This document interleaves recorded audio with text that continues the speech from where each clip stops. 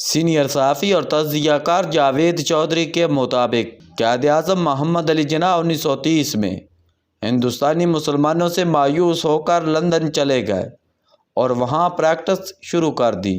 دنیا کے تمام سمجھدار، ذہین اور مستقبل بین لیڈروں کی زندگی میں کبھی نہ کبھی ایسا وقت ضرور آتا ہے جب یہ بری طرح مایوس ہو جاتے ہیں اور اپنے آپ کو صورتحال سے الگ کر لیتے ہیں۔ قائد اعظم کے ساتھ بھی یہی ہوا۔ وہ اتحاد کے داعی تھے۔ ان کا خیال تھا مسلمانوں اور ہندوؤں میں صرف اور صرف عقائد کا فرق ہے، یہ دونوں سماجی اور ثقافتی لحاظ سے ایک ہیں، اور اگر یہ مل کر جدوجہد کرے تو بہت جلد آزادی حاصل کر لیں گے۔ قائد اعظم نے سیاسی زندگی کا آغاز کانگریس سے کیا تھا اور وہاں ان کا سیاسی مستقبل بہت روشن تھا، لیکن پھر انہیں 1920 میں محسوس ہوا کانگریس ہندو جماعت بن کر رہ گئی ہے اور اس میں مسلمانوں کی گنجائش کم ہوتی جا رہی ہے۔ لہٰذا قائد اعظم نے کانگریس چھوڑ کر آل انڈیا مسلم لیگ جوائن کر لی۔ مسلم لیگ اس وقت بہت کمزور اور ڈھیلی جماعت تھی۔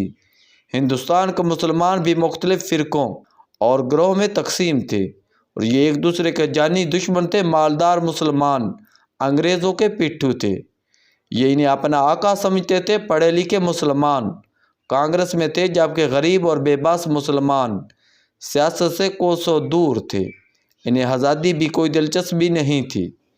قائد اعظم نے مسلمانوں کے ان تینوں طبقوں کو ایک پلیٹ فارم پر اکٹھا کرنے کی کوشش کی، لیکن مسلمانوں نے انہیں کبھی شیعہ قرار دے کر مسترد کر دیا اور کبھی انگریزوں کا ایجنٹ ثابت کرنا شروع کر دیا۔ لہٰذا وہ وقت آ گیا جب قائد اعظم تنگ آ گئے اور انہوں نے سیاست کو خیرباد کہہ کر اپنے کیریئر پر فوکس کرنا شروع کر دیا۔ وہ ہندوستان سے لندن شفٹ ہوئے اور لا کی پریکٹس شروع کر دی۔ قائد اعظم کے نکلتے ہی کانگریس مضبوط ہو گئی اور اس نے انگریز سرکار کے ساتھ کھل کر مذاکرات شروع کر دیے۔ 1931 میں لندن میں پہلی آل پارٹیز کانفرنس ہوئی، بعد ازاں اس کے 2 مزید سیشن ہوئے۔ ان میں مسلمانوں کی نمائندگی کمزور تھی، جس کے نتیجے میں کانگریس نے زیادہ فائدہ اٹھا لیا۔ علامہ اقبال کو حالات کی نزاکت کا احساس تھا۔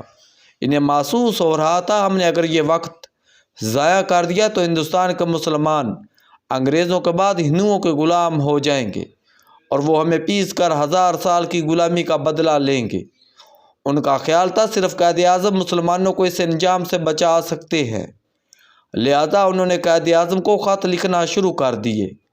انہوں نے قائد اعظم سے لندن میں ملاقات بھی کی اور انہیں قائل کیا مسلمانوں اور ہندوؤں کی آئیڈیالوجی میں زمین آسمان کا فرق ہے، ہم دونوں ایک نہیں ہیں اور ہمیں ایک سمجھنا دنیا کی سب سے بڑی حماقت ہے۔ علامہ اقبال کا فرمانا تھا ہندوستان کے مسلمان معاشی طور پر کمزور ہیں۔ انگریز نے ہندوستان پر قبضہ کر کے مسلمانوں کو جان بوجھ کر معاشی لحاظ سے کمزور رکھا تھا تاکہ ہم آزادی کے ساتھ سوچ سکیں اور نہ غیرت کے ساتھ زندگی گزار سکیں، جبکہ ہندوؤں نے اس صورتحال کا فائدہ اٹھایا اور یہ انگریزوں کے ساتھ مل کر معاشی لحاظ سے مستحکم ہو چکے ہیں۔ ہم نے اگر مسلمانوں کو معاشی قدموں پر کھڑا نہ کیا تو شہین چیلوں کا غلام بن کر رہ جائے گا۔ ہمیں آگے بڑھنا ہوگا اور مسلم اکثریتی علاقوں کے مسلمانوں کے لیے الگ ملک حاصل کرنا ہوگا۔ قائد اعظم اس وقت بھی ہندوؤں اور مسلمانوں کو بھائی بھائی سمجھتے تھے، لیکن علامہ اقبال نے اپنے 1.5 درجن خطوط اور ملاقات کے بعد انہیں قائل کر لیا اور یوں قائد اعظم 1934 میں ہندوستان واپس آئے، مسلم لیگ کی قیادت سنبھالی اور ایک ایسے مسلمان ملک کی تحریک شروع کر دی جس کے شہری معاشی لحاظ سے خود مختار ہوں تاکہ یہ اپنے فیصلے آزادی سے کر سکے۔ ہم نے قائد اعظم کی قیادت میں 1947 میں پاکستان حاصل کیا۔ پاکستان کی تخلیق کی 2 بڑی وجوہات تھی۔ پہلی وجہ ہندوازم اور اسلام کا فرق تھا۔ مسلمان عقیدے کے لحاظ سے ہندوؤں سے بالکل مختلف تھے، لہٰذا ان کا اکٹھا رہنا ممکن نہیں تھا۔ دوسرا، ہندوستان کے مسلمان معاشی لحاظ سے کمزور تھے۔ یہ اگر مضبوط معاشی اکثریت کے ساتھ رہتے تو وہ انہیں مکمل طور پر غلام بنا لیتے اور یہ ان کے سویپر، چپڑاسی اور بیل بوائے بن کر رہ جاتے۔ لہٰذا قائد اعظم اور علامہ اقبال نے مل کر ہندوستانی مسلمانوں کے لیے ایک ایسا ملک تخلیق کر دیا جس میں یہ معاشی ترقی کر سکتے تھے، جس میں یہ اپنے قدموں پر کھڑا ہو سکتے تھے۔ لیکن اب سوال یہ ہے کہ 70 سال بعد ہم نے وہ معاشی منزل حاصل کر لی جس کے لیے یہ ملک بنایا گیا تھا۔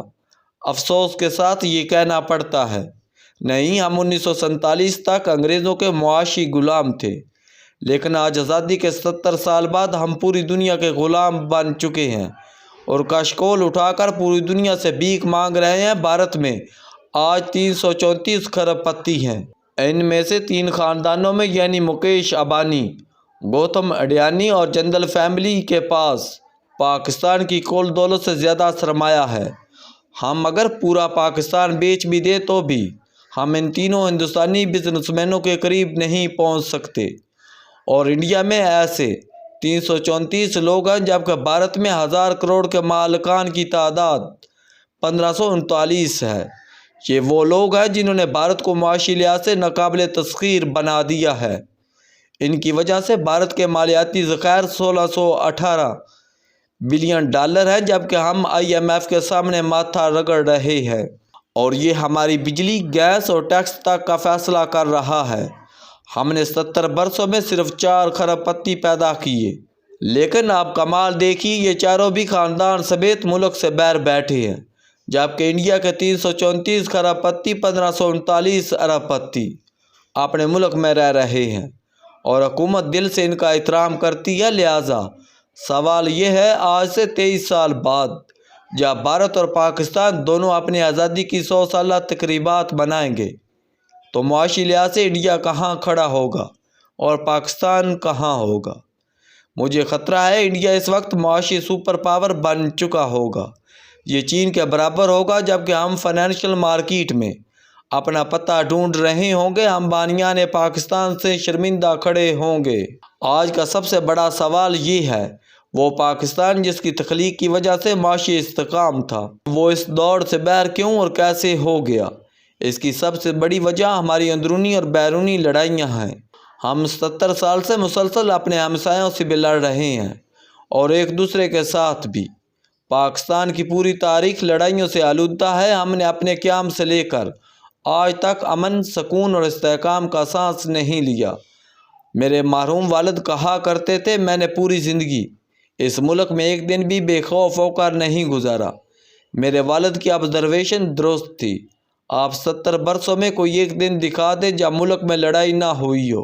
ہم پوری دنیا سے لڑ رہے ہیں اور جب لڑ کر تھک جاتے ہیں تو پھر ایک دوسرے سے لڑنا شروع کر دیتے ہیں۔ 70 برسوں سے ہمارا مشرقی بارڈر گرم ہے، روز وہاں سے فائرنگ کی آواز آتی ہے اور 45 سال سے ہماری مغربی سرحد سے بھی بری خبریں آ رہی ہیں۔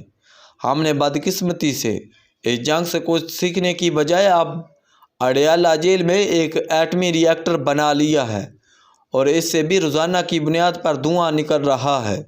مجھے یقین ہے ہم اگر اس مسئلے سے نکل گئے تو ہم پھر TLP اور TTP کو چھیڑ دیں گے اور یہ دونوں رئیسی کسر پوری کر دیں گے، اور اگر یہ مسئلہ بھی حل ہو گیا تو 5واں مارشل لا کہیں نہیں گیا۔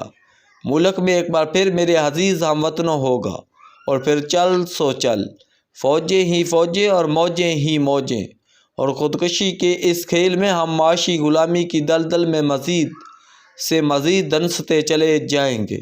آپ یقین کریں ہمارے پاس صرف 23 سال بچے ہیں۔ ہمیں آج یا کل یہ فیصلہ کرنا ہے۔ 2047 میں جب ہم بھارت کے ساتھ اپنی 100 سالہ تقریبات منا رہے ہوں گے تو ہم کہاں ہوں گے؟ ہم دو قومی نظریے کو سچ ثابت کریں گے یا پھر اپنے بانیان کو شرمندہ کر رہے ہوں گے؟ آپ ذرا تصور کیجئے، اگر 2047 میں بھارت کی مسلمانوں کی فی کس آمدنی پاکستانی مسلمانوں سے زیادہ ہوگی، یا پاکستان کے مالیاتی ذخائر 100 ارب سے زیادہ نہ ہوئے، یا ہم 23 سال بعد بھی 126ویں ترمیم کر رہے ہوں تو پھر ہم کہاں کھڑے ہوں گے؟ میں بار بار عرض کر رہا ہوں، ہمارے پاس زیادہ وقت نہیں ہے۔ ہمارے دائیں بائیں اور آگے پیچھے موجود تمام اقوام بہت آگے نکل گئی ہیں۔ افغانستان تک چین کی مدد سے جوتے پہن رہا ہے۔ ہم طالبان کو لاکھ برا کہیں، لیکن یہ لوگ افغانستان میں امن قائم کرنے میں کامیاب ہو گئے ہیں۔ پورے 1 سال میں افغانستان میں کوئی احتجاج ہوا اور نہ بم بلاسٹ، سڑکیں اور مارکیٹیں بھی محفوظ ہیں۔ وہاں اب معاشی استحکام بھی آ رہا ہے، جبکہ ہماری صورتحال پوری دنیا کے سامنے ہے۔ لہٰذا میری درخواست ہے مہربانی فرمائیں اور یہ لڑائیاں بند کریں، ملک میں استحکام آنے دیں، بزنس مین کو سانس لینے دیں اور دن رات ایک کر کے اگلے 23 سال کی پلاننگ کریں تاکہ جب 2047 آئے تو ہم پورے قد کے ساتھ کھڑے ہوں اور قائد اعظم کے مزار کو سلوٹ کر کے یہ کہہ رہے ہوں، جناب دیکھ لیں ہم نے آپ کا 2 قومی نظریہ سچ ثابت کر دیا، ہم نے آج آپ کے تمام شہریوں کو غربت بے روزگاری کے گڑھے سے نکال دیا، آج آپ کا ہر شہری معاشی غلامی سے آزاد ہے۔ کاش ہم یہ کہہ رہے ہوں، اور اگر ایسا نہ ہو سکا تو پھر شاید پاکستان دوبارہ ہندوستان میں تحلیل ہو جائے۔ اللہ تعالی ہمیں اس انجام سے بچائے۔